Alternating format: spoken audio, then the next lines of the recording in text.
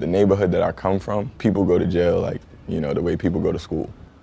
My name's Stephen Pacheco. I'm a formerly incarcerated individual, and I'm currently a student at the John Jay College of Criminal Justice, and I was also elected president of my class. Who are the people that are most ostracized, otherized, and dehumanized? Black and brown. Who are the people we least understand? Youth. Understanding the criminal justice system, not just as a product, but as a student, there's a lot more I'm privy to. I can kind of bring people in and tell them about the firsthand experience and make it real.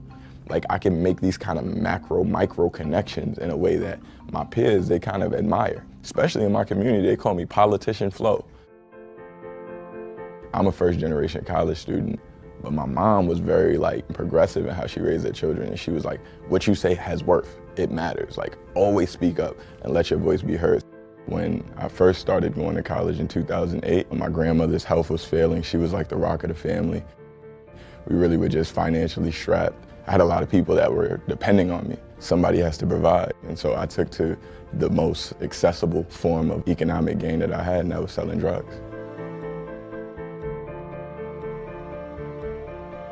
Being incarcerated, really, you have to have this extra grit that I don't think anybody's naturally born with. Environment kind of cultivates that in you because you have to survive. You have correctional officers who are talking down on you, they're trying to break your spirit, and so there's this kind of legacy of slavery that hasn't really gone anywhere, but you don't know that until you get incarcerated.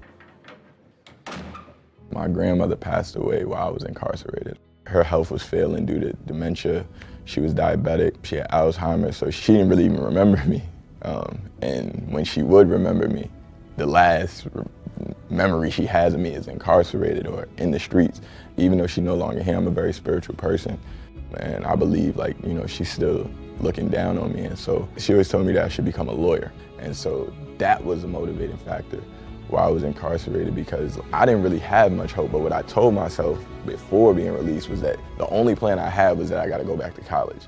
And that's how I wound up at John Jay. The thing I love the most about college is the people. What made me run for president was simply this idea of go big or go home.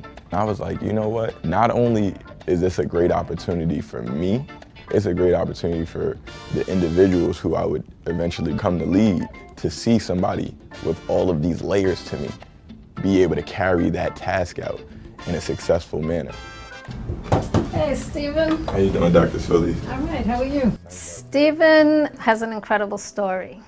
I received a phone call after his release, and he called me and said, hey, Dr. Solis, I'm back. I want to be back in school, and you're the first person I'm calling.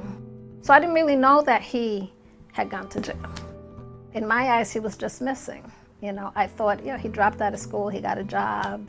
And immediately, there was a change in him. Now he was not only interested in what was going on in the school, he had a mission to really advocate for formerly incarcerated people. This is just kind of like an age-old conundrum that's being played back to us. He brings a perspective of having been in the system, of having learned what he needs to have to never go back into that system. And he brings a perspective of challenging that system to ensure that we're just not putting youth into the system because we're afraid of youth of color, but that we can create social justice frameworks that would help those youth of color.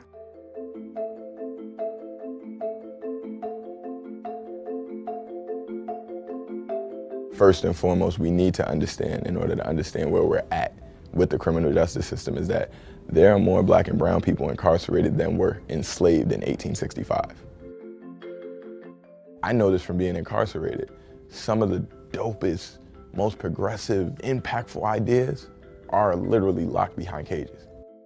At our worst moment, potentially in our life, still thinking about how we could make the outside world better.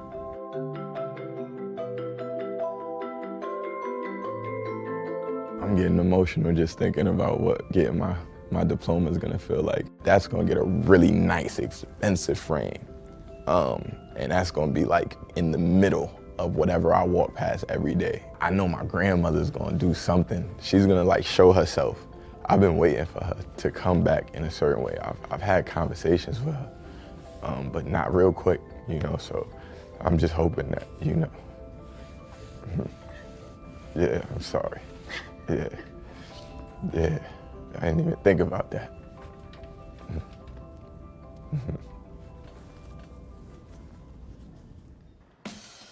I'm so proud of where I come from.